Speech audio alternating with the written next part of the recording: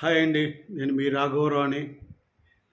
పిఠాపురంలో ఈరోజు రావణ్ అని ఒక ఎదవని అరెస్ట్ చేసి తీసుకొచ్చారని నేను ఒక సోషల్ యాక్టివిస్ట్ని. నా పేరు బొజ్జ ఐశ్వర్య. రావణ్కి అరెస్ట్ని ఖండించాను. అందుకోసం స్టేషన్కి వచ్చాను. కానీ ఎస్ఐ గారు, సిఐ గారు అతన్ని చూపించడానికి ఇష్టపడలేదు అంటూ పవన్ కళ్యాణ్ ఏంటి ఏంటి అరెస్టులు ఏంటి అని మొదలుపెట్టింది. అక్కడ దాకా పర్వాలే, ఒళ్ళు కొవ్వెక్కి మా ఊగుతుంది అంతే. నువ్వు పవన్ కళ్యాణ్ గారిని తంతావా?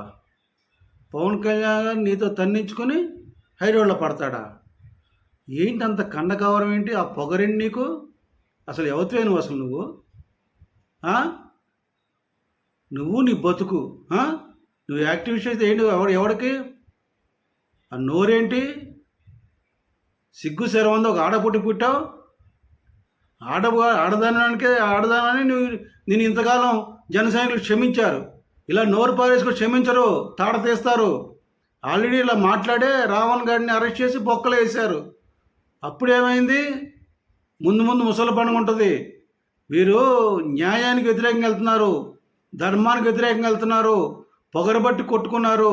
మీకు జగన్ ఏం అండరాడు. మీకు జగన్ చూసుకుంటూ వాళ్ళు కోవిక్ బిహేవ్ చేస్తున్నారేమో.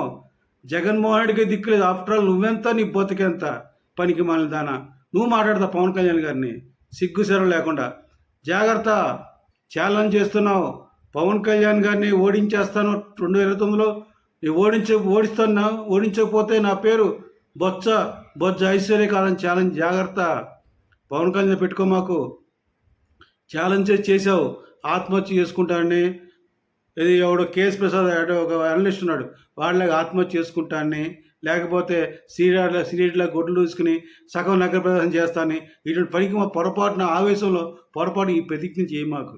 ఎందుకంటే వైసీపీ నేతలు పవన్ కళ్యాణ్ గారిని అసెంబ్లీ గేటు తాకనివ్వని కొంతమంది.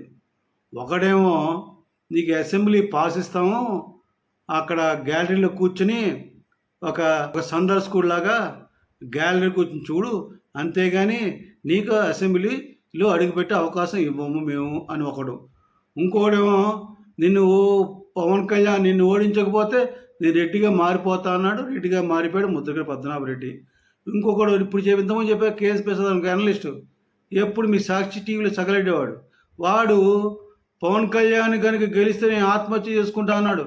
ఆత్మహత్య చేసుకోలేదు కానీ హ్యాపీగా బతుకుతున్నాడు. దిక్కుమాల ఎదవ. ఆ ఎదవ ఎప్పుడు జగన్ సంకన ఆగుతూ దిగుతుంటాడు. వాడికి పని పాటలు ఎదవకి, మాట మీద నిలబడే వ్యక్తిత్వం లేదు ఎదవకి. మరి బొజ్జాయి, మరి నీ ఛాలెంజ్ ఏమిటో చెప్పు. నువ్వు ఒళ్ళు దగ్గర పెట్టుకుని మాట్లాడు. నువ్వు ఎవరితే జాగ్రత్త. 11 కేసులు ఉన్నాయని పెద్ద ఏమంటారు దాన్ని బిల్డప్ ఇస్తున్నావు. ఆ 11 కేసులు ఎవరు పెట్టారు, ఎప్పుడు పెట్టారు, దేనికోసం పెట్టారు, ఎవడో తెలుసు. నేను పవన్ కళ్యాణ్ వచ్చేవాడు నేను హౌస్ అరెస్ట్ చేస్తున్నాను అని ఎందుకు అనుకుంటున్నాను? నువ్వు దేనికోసం హౌస్ అరెస్ట్ చేస్తున్నారో? పవన్ కళ్యాణ్ అంత అవసరం లేదు. ఇలాంటి పనికి మళ్ళీ పిల్ల బిత్రికాలు పవన్ కళ్యాణ్కి అవసరం లేదు. నువ్వేమన్నా నక్సల్ నాయకురాలు అనుకుంటున్నావు నువ్వు నీ బతుకును. ఏం మాట్లాడుతున్నావు అసలు? నువ్వు ఏదో అనుకుంటున్నావేమో. నీ బిల్డప్ లాపి ఒక్క నిమిషం ఆలోచించు, అంతేగాని నోరుందుగా పిచ్చి వాగు మాకు. ఆఫ్టర్ ఆల్ నువ్వెంత? నథింగ్. నీ జగన్మోహన్ రెడ్డే పిచ్చి కుక్కలాగా పక్కన పడిపోయి ఉన్నాడు. జగన్మోహన్ రెడ్డినే అధపాతాలను తొక్కుతానని పవన్ కళ్యాణ్ తొక్కి చూపించి నారదీసి కూర్చోబెట్టారు. ఆఫ్టర్ ఆల్ నువ్వెంత? ఒక్కసారి గుర్తుంచుకో. చివరిగా నీకు చెప్తున్నా, జాగ్రత్త. నోరు ఉంది కదా అని నోరు పారేసుకో మాకు. ఒళ్ళు దగ్గర పెట్టుకుని బిహేవ్ చేయి. ఖచ్చితంగా నీ మీద కూడా కేసు పడుతుంది, నిన్ను కూడా బొక్కలు వేస్తారు. ఇది మాత్రం సత్యం. ఎంత నీచంగా మారుతుందో ఏంటి? పవన్ కళ్యాణ్ గారు ఇంటర్వ్యూ పీకలేరా? అసలు నీ ఇంటర్వ్యూ పీకలు కాదు పవన్ కళ్యాణ్ ఏంటి అసలుకి? నువ్వెంత నీ బతుకెంత? పిల్ల బిత్రి అదవా నువ్వు మాట్లాడుతున్నావు పవన్ కళ్యాణ్ కానీ. జాగ్రత్త, తాడ తీసి కూర్చోబెడతా. తొందరపడ మాకు. నీ మీద కూడా పేసి ఉంటుంది, నువ్వు కూడా బొక్కలాగెళ్తావు. ఆ రావణ్ గాడికి దిక్కు లేదు, నీకు దిక్కు ఉండదు. ఆ జడశ్రవం గడు ఎక్కడ దాక్కున్నాడు? వాడు దెబ్బకి సైడ్ అయిపోయాడు. వాడు వస్తాడని చెప్పి బిల్డప్ ఇచ్చావు నువ్వు. ఏడి వాడు రాలేదుగా పిఠాపురం, వస్తే వాడిని బొక్కలేస్తాను తెలుసు. అందుకనే వాడు జాగ్రత్త పడి ఎక్కడ దాక్కున్నాడు చూడు. నీ బతుకు కూడా అంతే, నువ్వు కూడా ఎక్కడ దాక్కుంటావు. మీ బతుకులకి దాక్కోవడమే, అంతా దాక్కోవడం, హైడింగ్. మీకు ఇక నోరు మాట్లాడే స్వాతంత్రం కోల్పోయారు.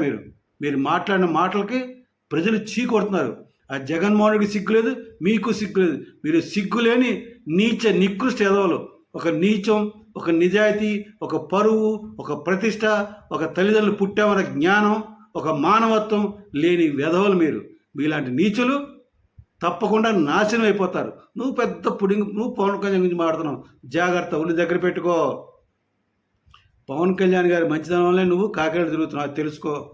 అయినా కూడా ఇక నిన్ను ఇంత హీనంగా మాట్లాడిన తర్వాత పవన్ కళ్యాణ్ గారి అభిమానులు ఆపినా జన సైనికులు ఆగరు. వాళ్ళు మాస్ అటాక్ చేయడం గ్యారంటీ. అది జరిగితే మేమేం చేయలేం, మా తప్పు కాదు. ఆ మాస్ అటాక్ జరిగితే మమ్మల్ని ఏమనుకోదు. ఎందుకంటే నువ్వు మాట్లాడిన భాష నువ్వు ఒకసారి నువ్వే విను. పనికి మాలిన వ్యక్తివి నువ్వే విను. నువ్వేం మాట్లాడావు పవన్ కళ్యాణ్ విని ఒక్కసారి మీ పెద్దలు మీ తల్లిదండ్రులు వినిపించు. ఉద్యమాలు చేసాం, వంకాయలు బీరకాయలు చేసామంటే కాదు. 10 తరాల ఉద్యమం ఏంటి? 10 తరాల ఉద్యమం చేసి ఎవరి కోసం చేసావు ఉద్యమాలు? ఇంత హీనంగా ఉండేవాళ్ళు. ఉద్యమం చేసి ఇదా ఉద్యమం అంటే? నోటికి వచ్చి మాట్లాడవా? సిగ్గు సెర ఉండాలి మీకు. రోజులు దగ్గర పడినాయి. బొజ్జ ఐశ్వర్య ఒళ్ళు దగ్గర పెట్టుకుని మాట్లాడుకో. నీకు రోజులు దగ్గర పడినాయి. రేపు ఎల్లుండి జైల్లోకి వెళ్తామని తెలియజేస్తూ జై జనసేన, జై హింద్.